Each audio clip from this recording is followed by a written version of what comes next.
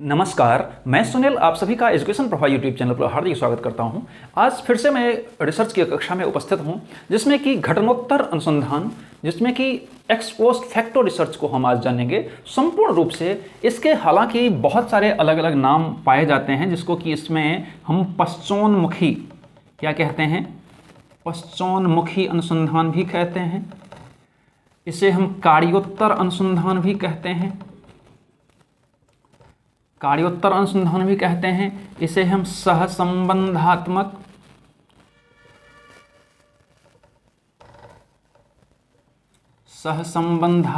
अनुसंधान भी कहते हैं।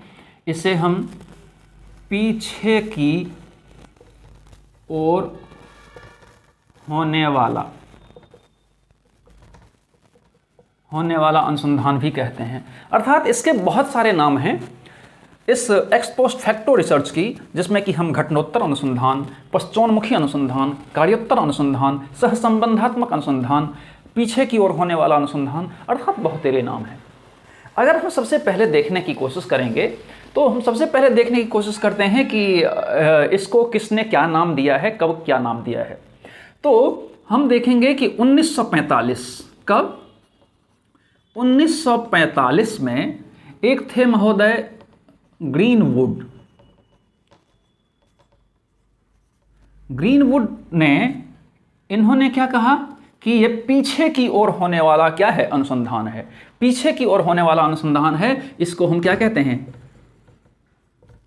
Backward study. इसको हम बैकवर्ड स्टडी, इन्होंने जो ग्रीनवुड ने कहा कि ये बैकवर्ड स्टडी है।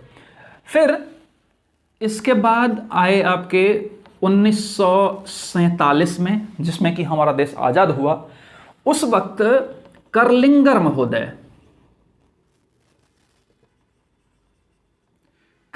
महोदय ने इसको क्या कहा, तो इसको घटनोत्तर कहा।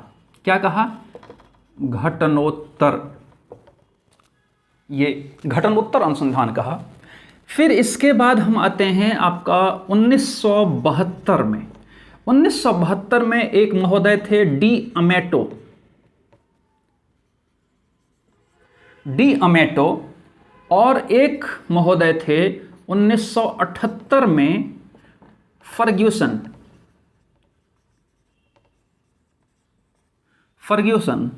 एक महोदय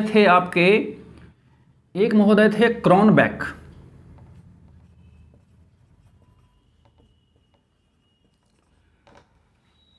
इन तीनों लोगों ने इसको क्या कहा, सहसंबंधात्मक अनुसंधान। हम अब ये देखने का प्रयत्न करते हैं कि ये कर्लिंगर ने क्या कहा, घटनोत्तर अनुसंधान। ये ग्रीनवुड ने कहा पीछे की ओर होने वाला, अर्थात बैकवर्ड स्टडी।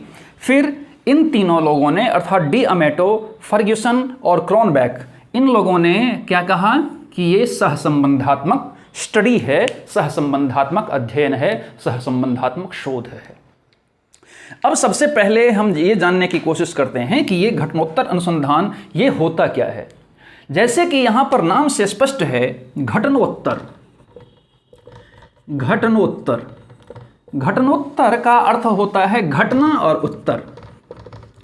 घटना उत्तर अर्थात उत्तर का मतलब होता है बाद, घटना के बाद, अर्थात जो भी चीजें, जो भी घटनाएं घटी, उसके बाद जब हम अनुसंधान करने जाते हैं, इसी के कारण से इसको पश्चोन्मुखी, अर्थात हम बाद में उसको पश्च भाग में जाकर के अनुसंधान करने जाते हैं। अर्थात हम ये कह सकते हैं कि इसमें तीन चीजें मुख्य रूप से आपको दिखाई देगी। तीन चीजें मुख्य रूप से इसमें ये दिखाई देगी कि हम इसमें वर्तमान हालातों का जायजा लेते हैं। वर्तमान हालातों का जायजा लेते हैं, संभावित कारणों की खोज और अतीत में वापस। ये मुख्य रूप से 3 चीज़ें इसमें बहुत ज़्यादा इंपॉर्टेंट है। आप देखेंगे कि हम वर्तमान हालातों का जायजा लेते हैं, इसका ऑब्जर्वेशन करते हैं, इसको देखते हैं कि ये वर्तमान हालात क्या हैं, फिर संभावित कारणों की हम खोज करते हैं कि इसमें कारण क्या हुए थे, क्या नहीं हुए थे, क्या किस कारण से ये घटना हुई, ये सब सारी चीज़ें, और हम अतीत में वापस जाते हैं। अतीत में वापस जाते हैं कि उस समय में क्या हुआ होगा, अर्थात संभावित चीज़ों को हम देखने की, परखने की, समझने की हम इसमें कोशिश पूर्ण रूप से करते हैं। इस घटनोत्तर अनुसंधान में हम क्या करते हैं कि किसी भी घटना के आधार पर उसके कारणों की खोज करने का प्रयत्न करते हैं। किसी भी घटना के आधार पर जो घटित हो चुकी है ऑलरेडी, उस घटना के आधार पर हम क्या करते हैं, कारणों की खोज करने का प्रयत्न करते हैं। इसमें एक चीज़ बहुत इंपॉर्टेंट है कि हमारा स्वतंत्र चर जो होता है, इसमें स्वतंत्र चर पर नियंत्रण नहीं होता है। क्या होता है, नियंत्रण हमारा नहीं होता है। नियंत्रण इसलिए नहीं होता है क्योंकि घटना जब पहले घट चुकी होती है, तो घटना पहले घटी हुई घटना को हम किस प्रकार से कंट्रोल करें, बिल्कुल भी हमारा कंट्रोल नहीं होता है, क्योंकि पहले घटना घट चुकी होती है और उस घटना को हम फिर से दोहरा तो नहीं सकते हैं। इसके कारण से इस पर हमारा, किसी भी स्वतंत्र चर पर हमारा कंट्रोल एकदम से नहीं होता है। एक बेहतरीन उदाहरण आप जानिए, इसके माध्यम से ये संपूर्ण घटनोत्तर अनुसंधान, पश्चिमोन्मुखी अनुसंधान, एक्स पोस्ट फैक्टो अनुसंधान को आप बेहतरीन ढंग से जानेंगे। एक कुछ दिनों पहले या साल सवा साल पहले की घटना है, हम इसको पहले मिटा देते हैं। साल सवा साल पहले की घटना है, एक सेलिब्रिटी जिसका नाम था सुशांत सिंह राजपूत। सुशांत सिंह राजपूत चल बसा, इस दुनिया को छोड़ करके चले गए। अब मीडिया में भी काफ़ी दिनों तक, काफ़ी 6 महीने के 7 महीने के आसपास तक ये लगातार उस घटनाओं को दिखाती रही, क्या हुआ नहीं हुआ, जो भी हुआ। इसमें हम देखेंगे कि उसकी मृत्यु हो गई। किसकी? सुशांत सिंह राजपूत की मृत्यु हो गई। अब जब मृत्यु हो गई तो मृत्यु ऑलरेडी हो चुकी, अर्थात घटना पहले ही घट चुकी। अब घटना घट चुकी है, ये अतीत हो गया, अर्थात घटना पहले घट चुकी है। अब इससे संबंधित हमारे पास क्या है? उसकी लाश है।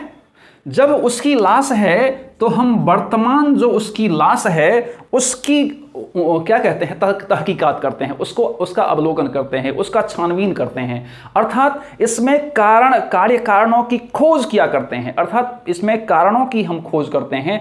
और उस घटना के द्वारा जो प्रभाव छोड़ा गया, तो घटना जो घटी उसका प्रभाव क्या था? मृत्यु।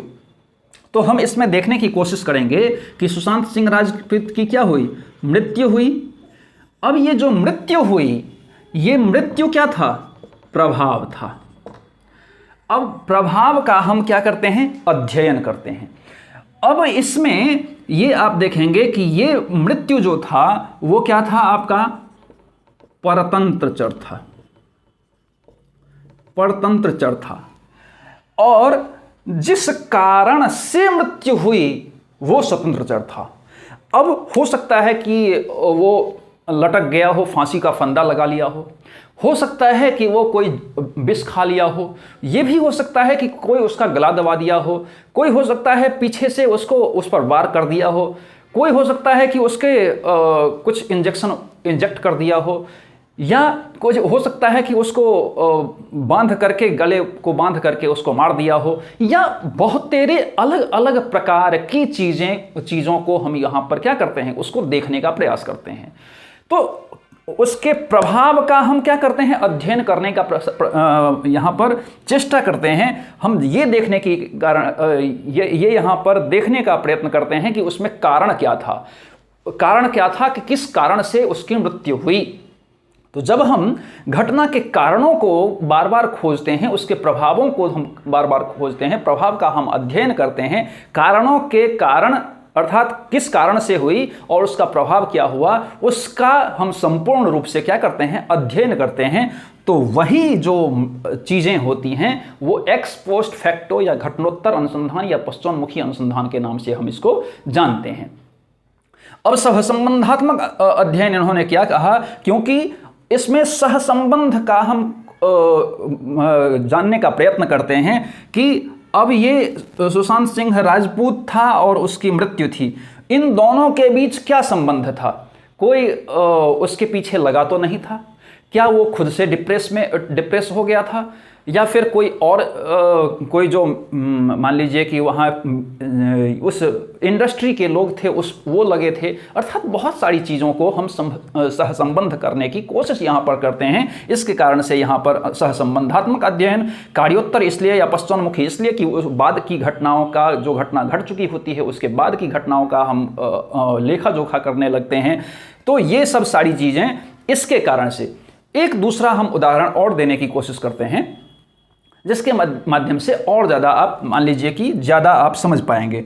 हम एक मान लीजिए कि एक 16 से 17 साल का लड़का और एक 40 साल का व्यक्ति, दोनों के बीच लड़ाई होती है।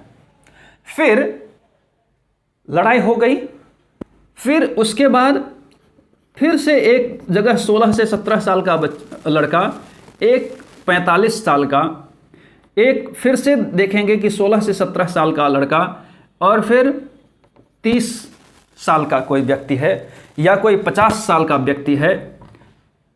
अब हम ये लगातार घटनाएं घट रही हैं।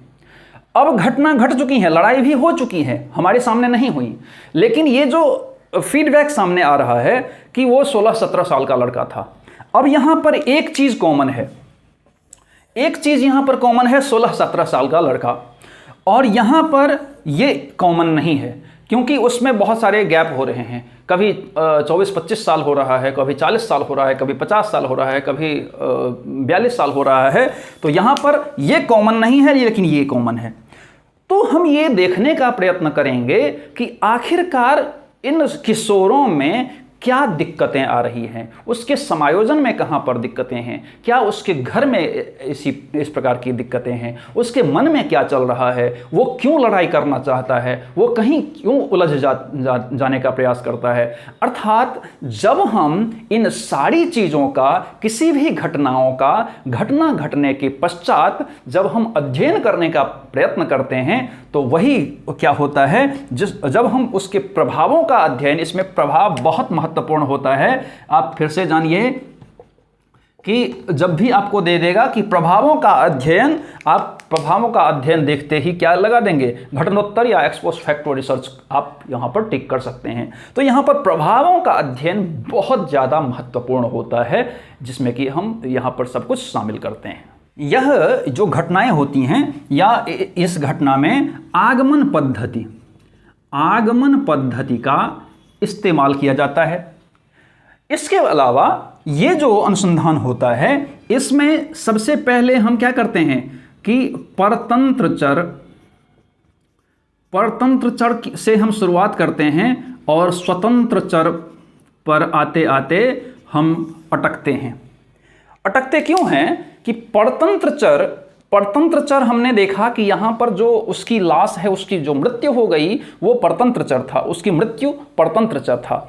लड़ाई जो हुई वो परतंत्र चर था। अब लड़ाई या मृत्यु वहाँ पर परतंत्र चर होता है, और स्वतंत्र चर क्या था, कारण, कि किस कारण से मौत हुई, किस कारण से लड़ाई हुई। यहाँ पर ये चीज़, अर्थात हम परतंत्र चर से शुरुआत करते हैं और स्वतंत्र चर पर आते आते इन चीज़ों को हम देखते हैं और उसके कारणों का खोज, उसके प्रभावों का अध्ययन करते हैं।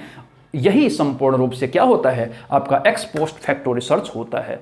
तो मुझे लगता है कि कम समय में आप बेहतरीन ढंग से एक्स पोस्ट फैक्टो रिसर्च को जाने होंगे। इसी प्रकार से पढ़ने के लिए आप एजुकेशन प्रभा यूट्यूब चैनल को सब्सक्राइब कीजिए, लाइक कीजिए, शेयर कीजिए, कमेंट कीजिए और साथ ही बेल आइकन को जरूर प्रेस कीजिए ताकि आपको आने वाले सभी वीडियो मिलती रहे। धन्यवाद।